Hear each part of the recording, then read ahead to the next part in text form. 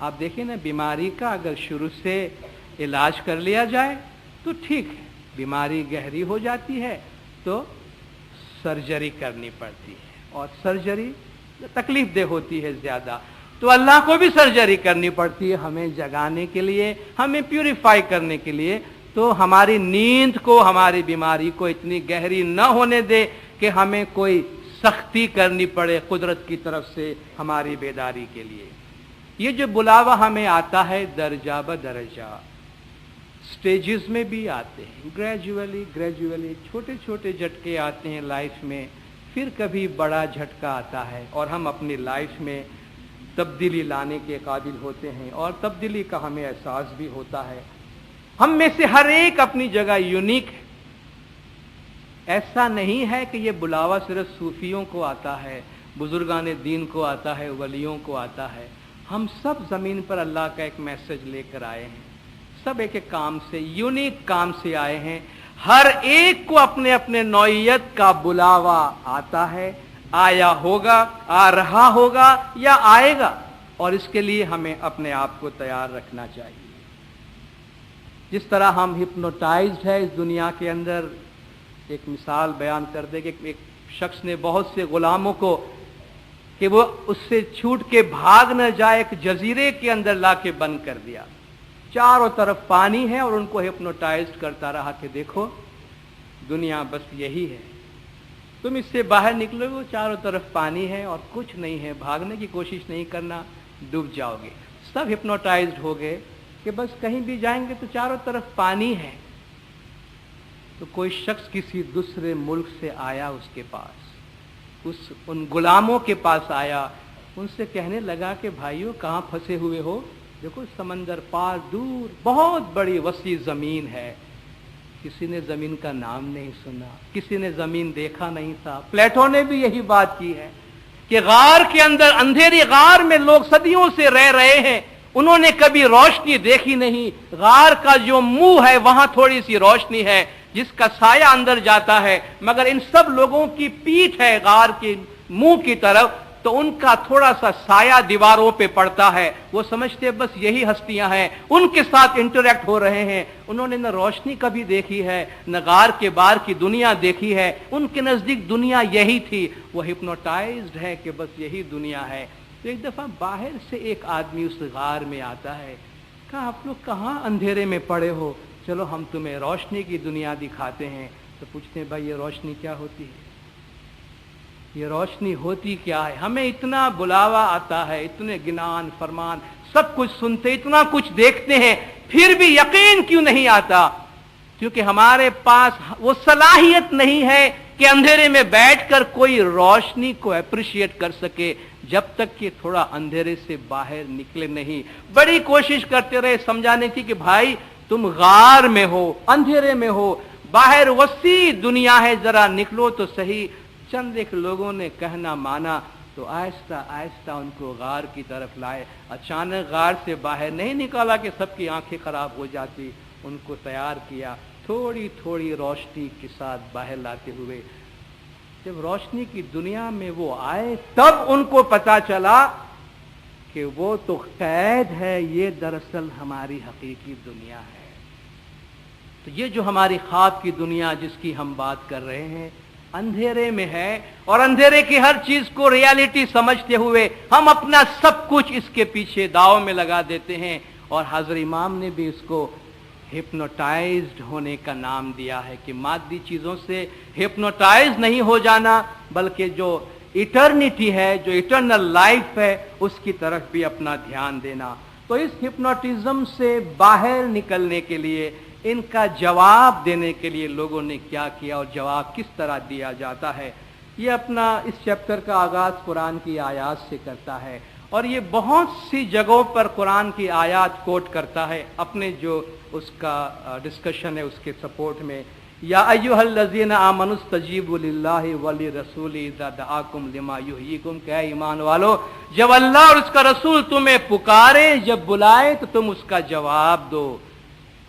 رسول اللہ کو قرآن میں داعی کہا گیا ہے، اور ہمارے اسماعیلی دعوت میں جو مومن ہے، مومن کا ایک ٹائٹل، ایک لقب، ایک درجہ ہے،